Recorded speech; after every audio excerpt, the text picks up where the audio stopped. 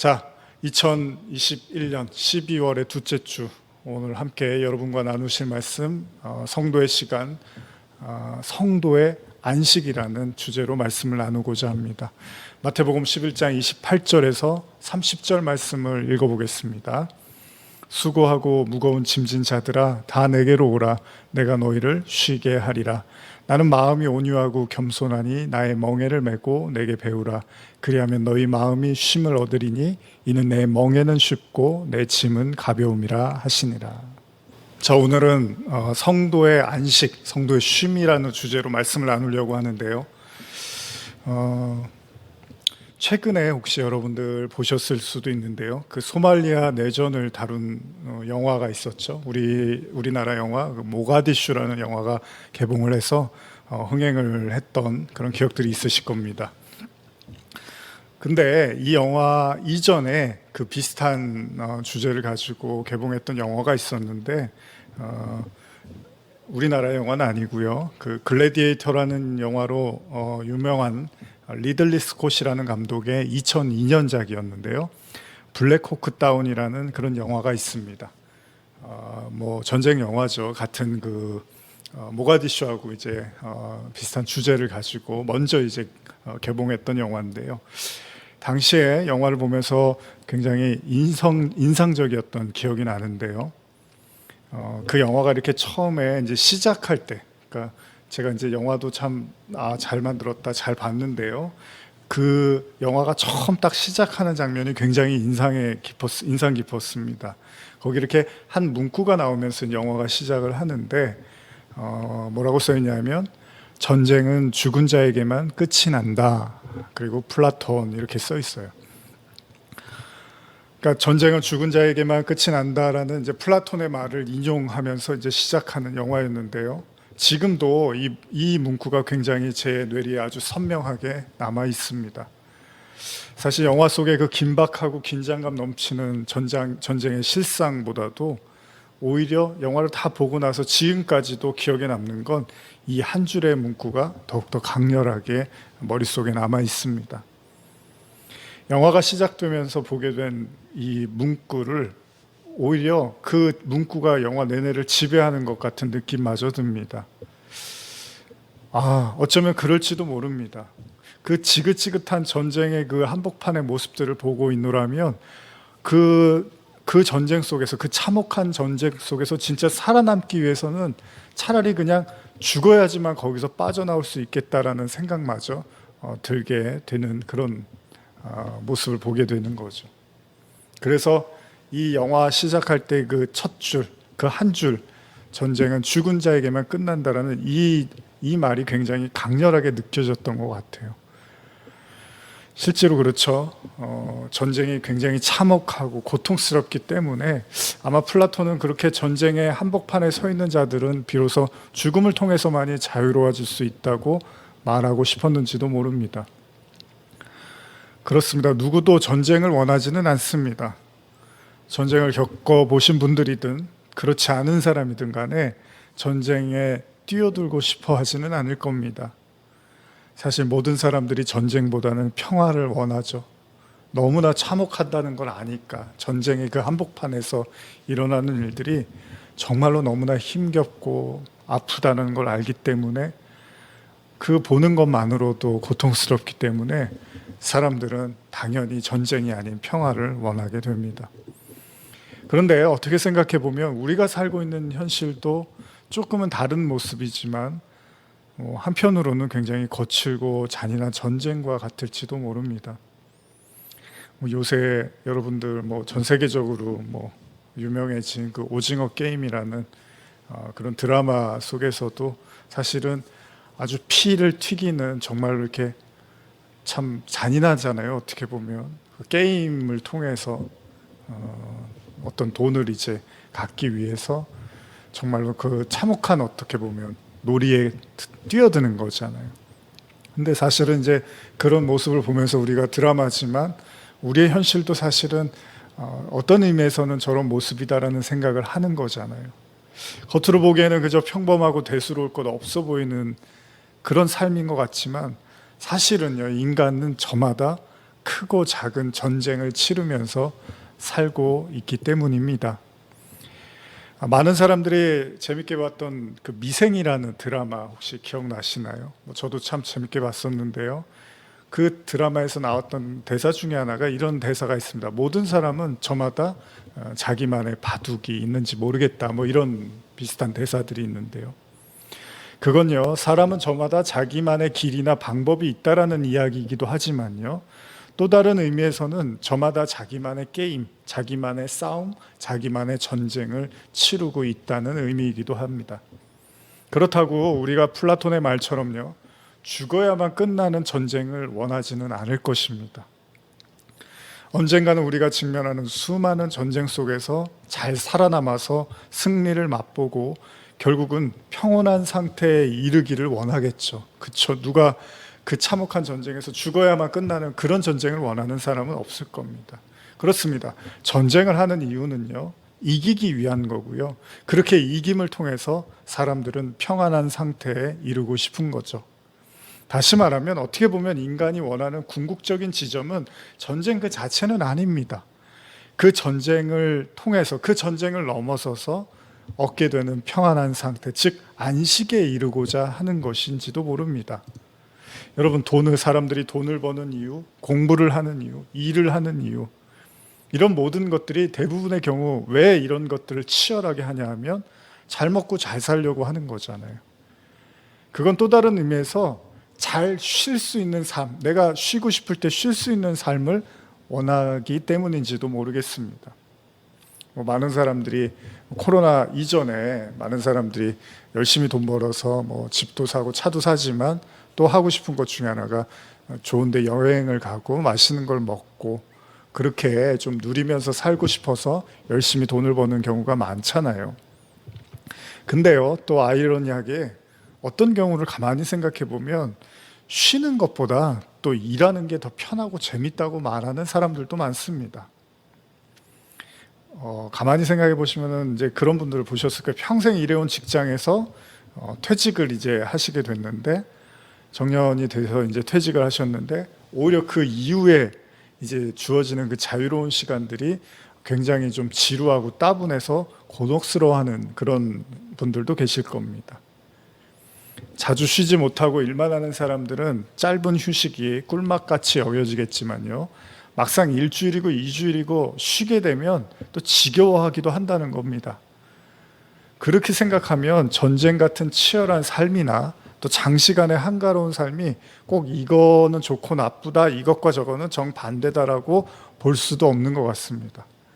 치열한 한복판에서 인생을 즐기는 사람이 있는가 하면요, 조용한 휴식의 시간을 또 불편해하는 사람도 있기 때문입니다. 어떤 이에게는 일이 휴식이고 휴식이 일인 경우도 있기 때문입니다. 그래서 아마도 사람들은요, 적당한 긴장감과 또 적당한 휴식을 원하는지도 모릅니다. 모두가 아는 것처럼요, 지나치면 부족함만 못하다는 말처럼요, 적당한 일과 적절한 휴식을 통해서 사람들은 나름대로의 성취감도 얻고요, 또 쉼이 주는 즐거움도 누릴 수 있다는 겁니다. 그래서 하나님께서 우리에게 이 세상을 보내시면서 24시간을 주셨는데 낮을 주시고 밤을 주신 이유, 낮에는 움직이고 또 밤에는 쉬게 하셨는지도 모릅니다. 요즘 제가 이렇게 눈이 가끔 침침해서 안약을 이렇게 이제 사다가 발랐는데 갑자기 그런 생각이 들더라고요. 설교를 준비하면서 가만히 생각해 보니까 이 내 눈도 많이 피곤했나 보다라는 생각을 하게 되더라고요. 핸드폰 보죠, 노트북 보죠, 책 보죠, TV 보죠, 기타 등등 이런 것들을 통해서 어쨌든 간에 눈을 쉬지 못하게 계속 무언가를 이제 본다는 겁니다.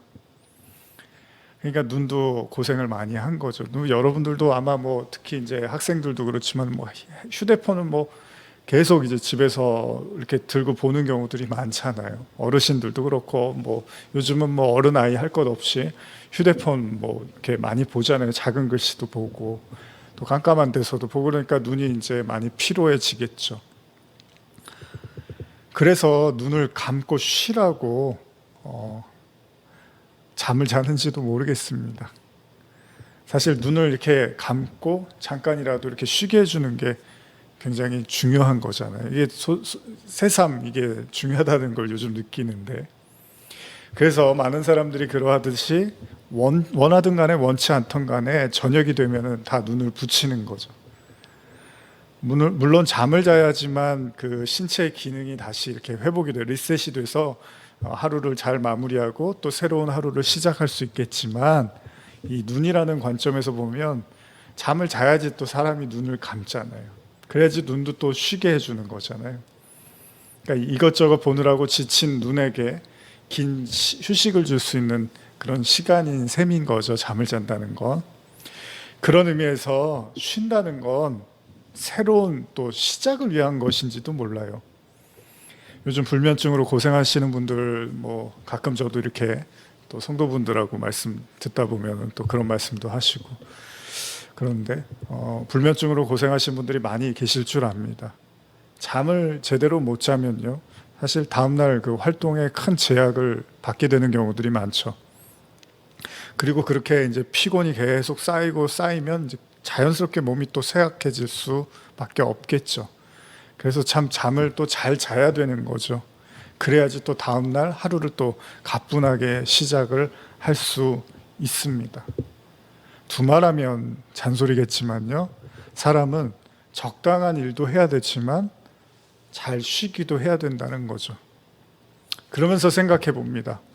우리가 잘 알고 있는 또 믿지 않는 사람들도 교회를 떠올릴 때 한 번쯤 들어봤을 말씀, 오늘 저와 여러분들이 시작할 때 읽은 말씀이죠. 수고하고 무거운 짐진 자들아 다 내게로 오라, 내가 너희를 쉬게 하리라. 사실 이 말을 듣는 것만으로도요, 예전에는 뭐 여러분들 어떠셨을지 모르지만 저는 이제 교회 뭐 막 학생 때 이렇게 다니고 이럴 때부터 참 이 말씀 보면은 물론 너무 이렇게 많이 보고 듣던 말씀이기도 하지만 이렇게 힐링 아닌 힐링이 됐던 것 같아요. 그러니까 보고 그런 말씀을 그냥 듣는 것만으로도 마음이 좀 편해졌던 것 같아요. 세상이 워낙 치열하고 격렬하다 보니까 뭔가 쉰다라는 이야기만 들어도 그 자체만으로도 반가워할 사람이 있겠죠. 그런데 가만히 이 말씀을 생각해 보면요, 예수님이 수고하고 무거운 짐을 진 자들에게 이렇게 오라고 하시면서 그들에게 이렇게 쉬게 해주시겠다고 하는데, 어떻게 쉬게 해주시겠다는 말일까, 이런 생각을 또 해보게 됩니다. 수고하고 무거운 짐진 자들을 와서 쉬게 해주시겠다 그러는데, 그게 뭐 주일날 이제 교회에 오면 뭐 쉴 수 있다는 얘기인가? 근데 이제 어떤 분들은 주일날 교회 와서 쉬는 게 아니라 더 바쁘고 뭐 일이 많아서 더 탈진하고 주일날 잘 모셔갖고 주중에 더 피곤해하고 뭐 이런 분들도 계신단 말이죠. 와서 쉬게 해주시겠다는 게 뭔가, 진짜 쉬려면 아예 그냥 뭐 아무것도 안 해야지 쉬는 거잖아요. 근데 예수님이 나한테 와서 쉬게 해주겠다는 게 아무것도 안 하게 해주시겠다는 건가? 그러면 그냥 집에서 아무것도 안 하고 가만히 있게 해주시겠다는 건가? 도대체 뭘 쉬게 해주시겠다는 건가? 사실 우리가 이 말씀을 들으면서 막연하게 그래, 예수님한테 가면 그분이 나에게 쉼과 안식을 주실 거야 라고 생각을 하겠지만, 과연 그게 어떤 방식으로 지금 이런 말씀을 하신 걸까? 우리의 삶에서 실제로 어떻게 나타날 것인가? 그런 구체적인 어떤 생각을 하게 된다는 겁니다. 하나님이 인간을 어떻게 쉬게 해주시겠다는 말씀인가? 이런 생각을 하게 된다는 거예요. 보통 우리가 안식과 관련해서 이렇게 떠올리게 되는 말씀이 있는데, 그게 뭐죠? 바로 구약의 십계명이죠. 그러니까 안식하면은 저와 여러분들이 잘 쉬는 거 이렇게도 생각하지만, 성도들이라면 대부분 떠올리는 건 출애굽기의 그 십계명의 안식일을 거룩하게 지키라는 그 말씀을 더 먼저 떠올릴 수 있다는 겁니다. 그러니까 안식일, 뭐 안식 이런 게 그래, 하나님이 나를 쉬게 해주시지 이런 쪽보다는 주일을 빠뜨리면 안 되고, 주일날 예배 안 드리면 안 되고, 주일날 거룩하게 보내라고 하고, 주일날 일하지 말랬는데, 이런 쪽으로 생각이 더 발달했을 수도 있다는 겁니다. 어쨌든 간에 그 출애굽기 20장에 하나님이 모세를 만나시고 시내산에서 십계명 돌판을 주실 때 하나님의 말씀을 한번 좀 읽어볼까요? 출애굽기 20장 8절에서 11절인데요. 안식일을 기억하여 거룩하게 지키라. 엿새 동안은 힘써 내 모든 일을 행할 것이나 일곱째 날은 내 하나님 여호와의 안식일인즉 너나 내 아들이나 내 딸이나 내 남종이나 내 여종이나 내 가축이나 내 문 안에 머무는 객이라도 아무 일도 하지 말라. 이는 엿새 동안에 나 여호와가 하늘과 땅과 바다와 그 가운데 모든 것을 만들고 일곱째 날에 쉬었음이라. 그러므로 나 여호와가 안식일을 복되게 하여 그 날을 거룩하게 하였느니라. 잘 아시는 말씀이죠. 교회 나오면 거의 새신자 때부터 들으셨던 말씀이죠. 지금 읽은 것처럼 성경은 일곱째 날을 안식일로 정하여 그 날에는 아무것도 아무 일도 하지 말라고 말씀하십니다. 아무것도 아무 일도. 쉽게 말하면 그냥 쉬라는 거예요. 그리고 이 쉬어야 하는 안식일에 대해서 하나님은 거룩한 날이라는 걸 굉장히 재차 강조를 하고 계십니다. 아울러서 그날의 안식을 어기는 경우, 이게 중요한 거죠. 하나님이 쉬라 그랬는데 안 쉬면 죽이시겠다고까지 말씀을 하십니다. 이 말씀이 어디 나오냐면 출애굽기 31장 12절 이하인데요. 한번 제가 읽어드릴게요. 여호와께서 모세에게 말씀하여 이르시되 너는 이스라엘 자손에게 말하 이르기를 너희는 나의 안식일을 지키라. 이는 나와 너희 사이에 너희 대대의 표징이니 나는 너희를 거룩하게 하는 여호와인 줄 너희가 알게 함이라. 너희는 안식일을 지킬지니 이는 너희에게 거룩한 날이 됨이니라. 그 날을 더럽히는 자는 모두 죽일지며 그 날에 일하는 자는 모두 그 백성 중에서 그 생명이 끊어지리라. 엿새 동안은 일할 것이나 일곱째 날은 큰 안식일이니 여호와께 거룩한 것이라. 안식일에 일하는 자는 누구든지 반드시 죽일지니라. 이같이 이스라엘 자손이 안식일을 지켜서 그것으로 대대로 영원한 언약을 삼을 것이니 이는 나와 이스라엘 자손 사이에 영원한 표징이며 나 여호와가 엿새 동안에 천지를 창조하고 일곱째 날에 일을 마치고 쉬었음이니라 하라.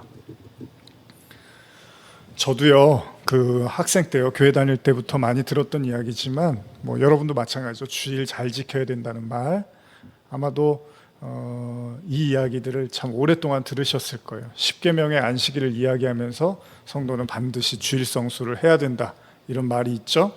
그런데 그렇게 안식일을 강조하면서도 정작 안식일에 일하는 자는 심판을 받는다는 말은 또 그렇게 많이 듣지는 못했던 것 같아요. 주일 성수라는 말은 많이 들었지만 그 일하면 심판받아 이런 얘기는 저는 많이 못 들어봤던 것 같습니다. 물론 예전에 종종 주일에 일하면 안 된다는 말씀 때문에 고민하는 성도분들을 봤던 어린 시절에 기억이 납니다. 저도 학생 때 그랬던 것 같아요. 주일날 공부해도 되나 안 되나 그래서 시계 보고 있다가 밤 12시 땡 되면 이제 시험 공부해야겠다 그랬던 적도 있는데요.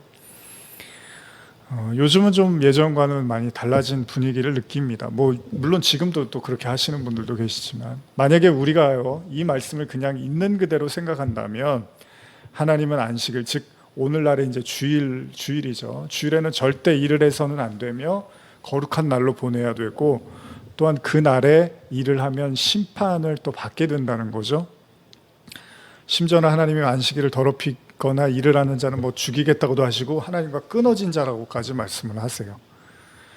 그런데 아까도 말씀드린 것처럼 오늘날 주일에 일했다고 해서 하나님과 끊어진 자라고 생각하진 않잖아요. 우리가 심판의 대상이라고까지 그렇게 생각하진 않습니다. 세상도 신앙도 많이 바뀌었습니다. 물론 또 그렇지 않은 분들도 많이 계시겠죠. 그런데 가만히 말씀을 들여다보면 하나님은 이 안식일의 규례가요 하나님과 그 백성 사이의 영원한 규례이며 표징이라고까지 말씀을 하십니다. 그건요 아무리 예수님이 십자가에서 모든 걸 다 이루셨다 하더라도요 그래서 우리가 구약의 율법이 아닌 그리스도를 믿는 믿음으로 구원을 받았다 하더라도 안식일에 관한 규례는 반드시 지켜져야 할 어떤 의미가 있다는 거예요. 왜요? 영원한 규례라고 하셨으니까. 예수님이 이제 십자가 지셔서 이제 모든 율법으로부터 우리가 자유로워졌으니까 안식일도 이제 상관없는 거 아니야? 근데 지금 구약에서 영원한 규례래요, 이거는. 그럼 하나님이 내가 영원한 규례인데 예수님이 아들이 십자가 져서 이제 그 영원한 규례도 취소할게. 그게 아니라 영원한 규례래요, 하나님이요. 그러면 그렇다고 지금 그러면 이 말씀을 액면 그대로 지켜야 되는 것이 아니냐고 묻고 싶은 것이 아닙니다. 제가 만약에 정말 하나님의 말씀이 그러면 진짜로 아무 일도 하지 말라고 하는 게 목적이었다면 아마 살아있을 사람이 몇 명이나 될까요? 뭐 아무 일도 하지 말라고 하는데 거기에 이제 뭐 유대인들은 또 세목을 정해갖고 뭐 이거 하지 마라 저거 하지 마라 뭐 막 그런 게 엄청 많단 말이죠. 근데 어쨌든 간에 저와 여러분들이 안식일날 뭐 주일이라고 하면 주일날 아무것도 안 하지는 않잖아요. 뭐 버스도 타고 지하철도 타고 운전도 해야 되고 뭐 이것저것 해야 된단 말이죠. 근데 아무 일도 하지 말라 그랬는데 그렇지는 않잖아요. 그럼 우리가 이 말씀을 어떻게 이해를 하냐? 그리고 또 그러면 주일날 뭐 일을 했다고 하나님이 그 사람을 뭐 심판해서 바로 죽이고 그런 건 아니잖아요. 근데 그럼 뭐 겁주려고 일하지 마 이렇게 해놓고 내가 심판할 거야. 그냥 그걸로만 그냥 율법을 주신 건가? 여러분들은 어떻게 생각하십니까? 이런 하나님의 말씀에 대해서. 구약에서요, 하나님의 백성님을 상징하는 안식일 말고 또 중요한 율법이 있죠. 바로 할례죠, 할례. 할례도 굉장히 하나님이 중요한 유대인임을 상징하는 아주 중요한 율법으로서 이스라엘 백성에게 주셨는데요. 반드시 하나님의 사람들은 이스라엘 백성은 난지 8일 만에 할례를 받아야 된다고 명시가 되어 있습니다. 근데 나중에 바울이 뭐라 그러죠? 그 할례 가지고 논쟁 벌이고 때 바울이 할례 꼭 해야 된다 그러나요? 그렇지 않죠. 왜냐하면 그 할례는 이제 그리스도로 말미암아 이제 그런 율법으로부터 우리가 자유로워졌는데 그래서 이제 할례 필요 없어 이렇게 말하지 않아요. 바울은 그 할례를 몸에는 하지 않아도 되지만 반드시 마음의 할례는 받아야 된다라고 이야기를 하고 있단 말이죠. 그러니까 몸의 할례에서 머물러 있었던 이스라엘 백성들에게 마음의 할례라는 것을 제시하면서 재해석하고 있다라는 겁니다. 근데 오해는 하지 않으셨으면 좋겠습니다. 바울은요, 구약의 중대한 율법인 할례를요, 신약에 와서 해도 되고 안 해도 되는 율법으로 남겨둔 게 아니라는 거예요. 아까도 말씀드린 것처럼 할례의 율법이 매우 중요하기 때문에 그리스도 이후에 신약 이후를 사는 성도들은 반드시 그 할례의 의미를 마음으로 가지고 있어야 된다는 겁니다. 그러니까 이제 예수님 왔으니까 할례 뭐 율법 다 필요 없어. 할례 몰라도 돼. 안 해도 돼. 이게 아니에요. 바울은 그렇게 말한 게 아니라 그래 이제 그거를 꼭 몸으로 행하고 하지 않느냐 이거가 중요한 게 아니라 진짜 너희가 그리스도를 통하여 하나님의 백성이 됐다면 할례를 왜 하라고 하셨는지 그 의미를 알라고 바울은 강조하고 있다는 것입니다. 그러니까 진짜 성도는 구원받은 진짜 성도는 육체의 할례를 하지 않더라도 반드시 마음의 할례의 증표를 가지고 있어야 한다는 것입니다. 이런 관점에서 안식일을 생각해 본다면요, 오늘날 우리가 구약의 이스라엘 백성처럼 안식일을 목숨 걸고 지키기 위해서 노력하지는 않지만 또 그렇게 하라고 하는 게 아니란 말이죠. 그러면은 천국 갈 사람이 없어요. 제대로 살아있을 사람이 없어요. 주일날 어떤 형태로 간에 사람들은 크고 작은 또 일을 하게 된단 말이죠. 그리고 그 일이라는 것도 어디까지를 일이냐 아니냐라고 보기도 참 우리가 판단하기도 어려운 거고요. 그러면 지금 구약에서의 그 할례가 단순히 이제 몸에서 하는 것을 넘어서서 신약으로 넘어오면서 마음의 할례라는 걸 통해서 그 할례에 대한 깨달음을 가지라고 한 것처럼 여러분과 저는 그렇다면 구약에서 하나님이 왜 안식을 하라고 말씀하셨는지를 우리가 신약에 와서 그걸 있는 그대로 다 지키지는 않더라도 그 의미를 가지고 마음에 그 안식을 알고 있어야 된다는 겁니다. 반드시 하나님께서 안식일에 대해서 이토록 중요하게 여겼는지에 대해서 저와 여러분들은 깊이 묵상해 볼 필요가 있다는 것입니다. 혹시 여러분들이 기억이 나시는지 모르겠지만요, 주 5일제가 도입된 시기 언제인지 아십니까? 거의 그 20년 전, 2002년, 3년 이쯤이었는데요.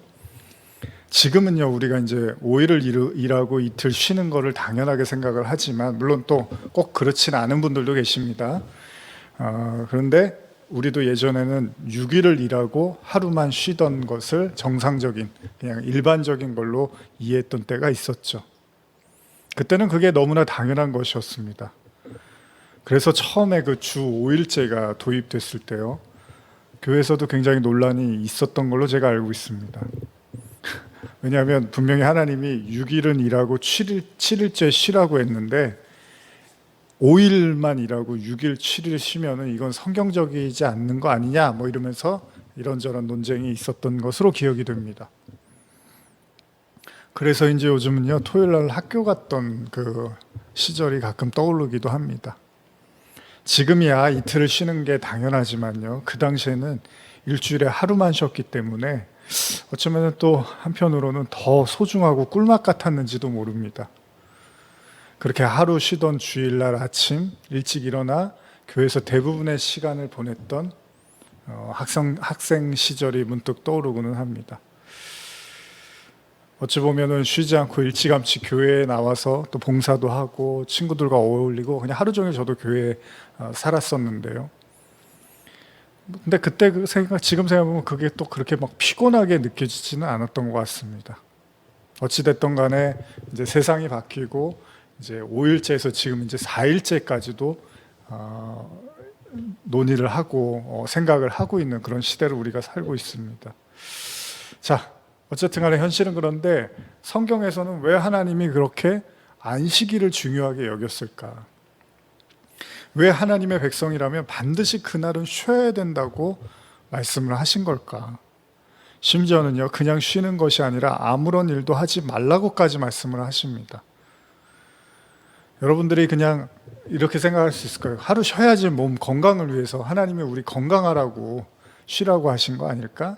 하나님이 다른 날 바빠서 바빠서 예배 못 드리고 기도 못 하더라도 하루는 쉬어서 하나님한테 예배 드리라고 그러는 거 아닐까?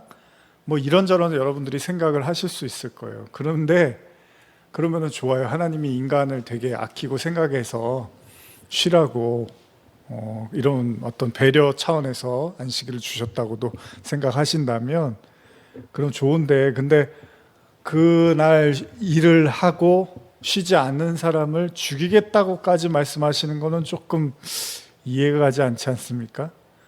여러분들이 누구를 위해서 뭐 가족이라든지 뭐 가까운 사람들 위해서 좀 쉬면서 해라고 했는데 안 쉬었어요. 그럼 내가 널 죽일 거야? 그러면 이거는 좀 이상하지 않습니까? 일을 했다는 이유로, 쉬라고 했는데 일했다는 이유로 죽이겠다고까지 엄포를 하는 거는 좀 여러분과 제가 좀 이해가 가지 않지 않습니까? 아마 오늘날에도요, 이런 말씀이 무서워서 주일 성수를 하는 사람들도 적지 않으실 겁니다. 그러니까 큰일 날까봐, 주일날 예배 빠뜨리면 이제 큰일 날까봐, 아니면 주일날 안식일에 일하면 큰일 날까봐 또 주일을 지켜야 된다고 생각하시는 분들도 많이 계실 겁니다. 어찌됐건 간에 도대체 이 말씀을 우리에게 주신 이유는 뭘까? 생각해 볼 필요가 있다는 거죠. 하나님이 도대체 말씀하시는 안식이라는 게 뭘까? 그리고 예수님이 말씀하시는 내가 너희를 쉬게 하겠다, 그것도 안식이잖아요. 도대체 그게 다 무슨, 어떻게 쉬게 하겠다는 걸까? 그리고 왜 안 쉬면 또 죽이겠다고까지 말씀을 하시는 걸까? 안식일에 관한 말씀을요, 한번 잘 들여다보면 한 가지 중요한 내용을 볼 수 있는데요. 지금 저와 여러분들이 읽은 출애굽기 그 10계명의 안식일과 관련된 말씀을 다시 한번 보면 하나님께서 안식일에 대한 말씀을 하시면서 어떤 말씀을 하시냐면 하나님 자신의 안식을 굉장히 강조하고 있습니다. 그러니까 안식일 날 너희는 쉬어야 돼, 이런 표현이 아니고요, 내가 쉬니까 너희도 쉬어야 돼, 이런 뉘앙스의 말씀을 하시더라는 거예요. 다시 한번 출애굽기 20장 10절 11절 보시면요, 일곱째 날은 내 하나님 여호와의 안식일인즉 너나 내 아들이나 내 딸이나, 이렇게 지금 가고 있는데 일곱째 날은 내 하나님 여호와의 안식일인즉 이렇게 말을 하고 있어요. 여호와의 안식일이라는 말을 해요. 그냥 뭐 붙인 거 아니에요. 하나님의 날이라고, 여호와의 안식일. 근데 계속 읽어볼게요. 너나 내 아들이나 내 딸이나 내 남종이나 내 여종이나 내 가축이나 내 문 안에 머무는 객이라도 아무 일도 하지 말라. 이는 엿새 동안에 나 여호와가 하늘과 땅과 바다와 그 가운데 모든 것을 만들고 일곱째 날에 쉬었습니다. 그러므로 나 여호와가 안식일을 복되게 하여 그날을 거룩하게 하였느니라. 여기 지금 읽은 것처럼요. 일곱째 날은 내 하나님 여호와의 안식일, 여호와의 안식일이다 이렇게 써놓고요. 그 다음 절에는 내가 모든 걸 만들고 쉬었다 이렇게 지금 말하고 있다는 겁니다. 그러니까 하나님은 안식일을 말씀하시면서 자신의 일곱째 날이 자신의 안식일이고 자신이 쉬는 날이기 때문에 너희도 반드시 쉬어야 된다고 말씀하시고요. 그리고 모든 걸 내가 만들고 쉬었다라고 분명히 말씀을 하세요. 그러니까 하나님이 쉬셨기 때문에 너희도 반드시 쉬어라. 지금 이런 표현을 쓰고 있는 거죠. 보통 우리가 직장에서 일하다 보면요. 사장, 이제 상사나 뭐 사장이 이런 말을 하죠. 아무개 좀 쉬었다 일해. 나도 쉬는데 자네도 좀 쉬면서 해. 뭐 이런 말을 듣거나 하는 경우들이 있죠. 아무쪼록 뭐 우리 성도님들은 만약에 직장에서 뭐 상사이시거나 아니면 뭐 부하 직원들이 있거나 하면 잘 또 쉬게 해주시는 또 좋은 상사분들이기를 바랍니다. 뭐 가족 간에도 그렇고요. 다른 사람들에게 이렇게 잘 배려해 주시고 또 쉴 수 있도록 그렇게 마음을 써주시면 참 좋겠습니다. 어쨌든 간에 하나님도 말씀을 하십니다. 내가 쉬는 날이니까 너희도 쉬어라. 반드시. 그렇다면 이 안식과 관련된 이 말씀의 참된 의미는 무엇일까요?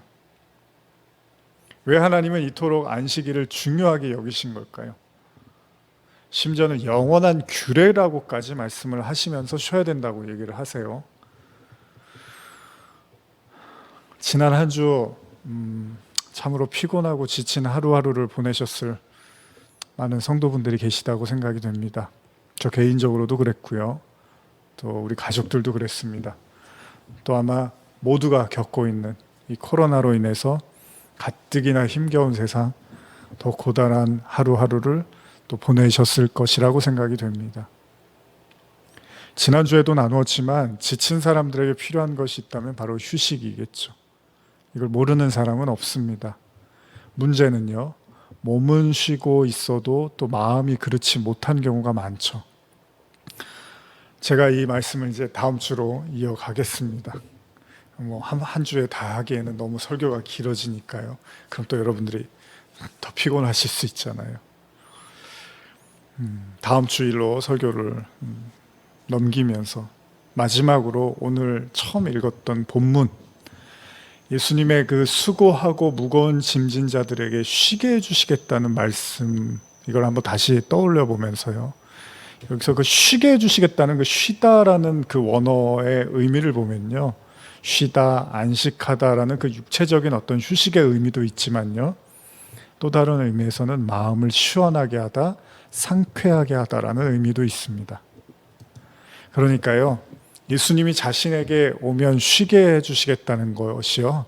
단순히 아무 일도 안 하게 그렇게 만들어 주시겠다라는 그런 말만 있는 게 아니고요. 여러분, 쉬어도 쉬는 것 같지 않는, 뭐 요즘 아마 그런 마음들 있으신 분들 많겠죠. 특히 장사하시는 분들, 뭐 손님 없어서 뭐 편하다고 생각하시지 않잖아요. 내가 좀 힘들어도, 내가 땀을 흘려도 그래도 일하고 싶고 손님들을 맞이하고 싶은 마음이 더 크시겠죠. 시간이 많아졌다고 해서 그게 꼭 편하고 좋지만은 않는 분들도 많이 계실 겁니다. 아무리 먹고 자고 또 여행을 한다 하더라도요. 뭐 코로나 이전도 마찬가지지만 어떤 경우에는 그렇게 해도 도무지 마음이 쉬지 못하는 경우가 많죠.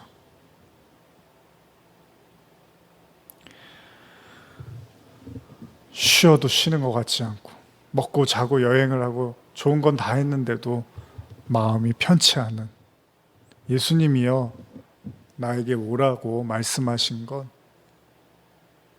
그 마음의 문제를 해결해 주시겠다는 의미도 있습니다. 상처와 후회뿐인 과거, 그리고 불안한 미래, 그리고 한 치 앞도 내다볼 수 없는 그런 현재의 사이에서 초조하고 불안해하면서 떨며 살아가고 있을 그런 우리의 마음을 주님이 시원하게 쉬게 해주시겠다는 의미도 있다는 것입니다.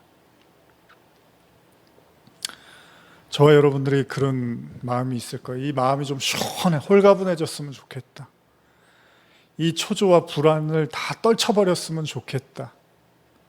정말 마음이 편안했으면 좋겠다. 그렇게 우리의 마음을 시원하게 해결해 주시겠다는 의미도 있습니다. 누가요? 예수님이요. 저는 오늘 이 설교를 듣는 모든 성도분들과 함께 그렇게 기도하고 싶습니다. 예수님, 우리의 마음을 시원하게 해 주시옵소서. 예수님, 우리의 마음을 잠잠하게 하여 주시옵소서. 예수님, 우리의 마음을 쉬게 하여 주시옵소서. 주님, 우리를 도와주시옵소서. 우리 이렇게 함께 기도하며 나아갈 때 하나님께서 우리의 마음을 만져주시고 새롭게 해주시기를 간절히 소원합니다. 기도하시겠습니다. 하나님 아버지, 하나님의 은혜가 필요합니다. 말씀을 듣는 모든 성도들의 정말 그 마음, 예수님이 나에게 오면 쉬게 해주시겠다고 말씀하셨습니다. 정말 예수님을 향하여 달려가는 성도들의 마음을 쉬게 하여 주시옵소서. 지치고 상한 마음을 보듬어 주시고 마음이라도 편안하게 하여 주시옵소서. 모든 상황이 바뀌지 않는다 하더라도, 모든 상황이 우리가 원하는 대로 뜻대로 되지 않는다 하더라도 주님으로 말미암아 성도들의 마음을 쉬게 하여 주시옵소서. 감사드리며 예수님의 이름으로 기도드립니다. 아멘.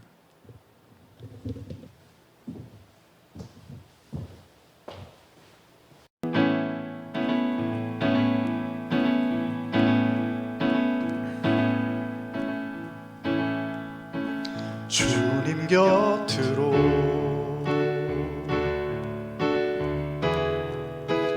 날 이끄소서. 내 모든 것 다 드리며 주 음성 듣기 원하네. 나의 참 소망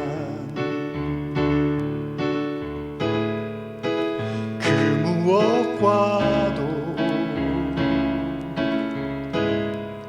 바꿀 수 없는 주 사랑,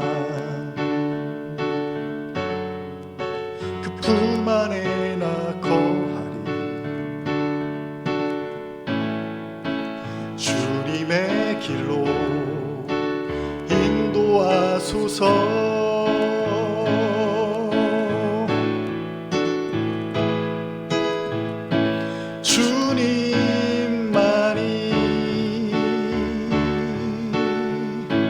내 모든 것 되시니 주님만을 더 알게 하소서. 주님만이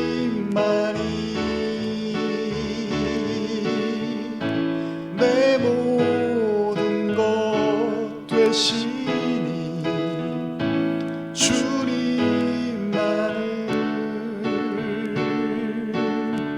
더 알게 하소서. 주님 곁으로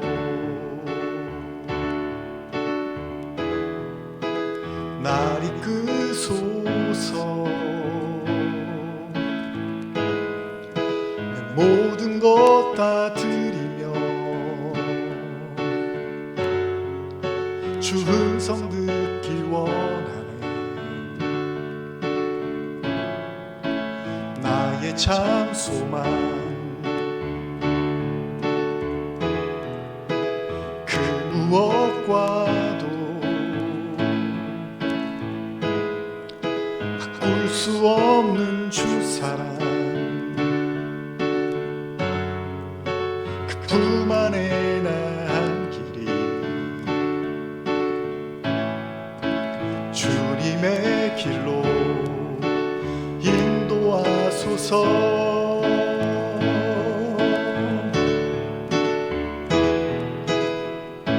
주님만이 내 모든 것 되시니 주님만을 더 알게 하소서. 주님만이 내 모든 것 되시니 주님만을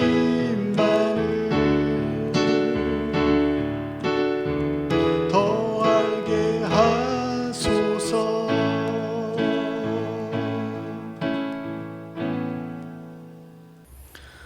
자, 우리 함께 축도로 모든 예배를 마치겠습니다. 지금은 우리 주 예수 그리스도의 은혜와 하나님 아버지의 사랑과 성령의 교통하심이 하나님 안에서 진정한 쉼과 안식을 누리기를 원합니다. 수고하고 무거운 짐진 자들에게 쉬게 해주시겠다고 말씀하신 주님, 오늘 예배드리는 모든 성도들의 마음을 쉬게 하여 주시며 또 그렇게 주님을 간절히 부르며 엎드린 모든 성도들 머리 위에 병상에서 일터에서 모든 눈물의 현장에서 하나님을 바라보는 모든 성도들 머리 위에 지금부터 영원히 함께 있을지어다. 아멘.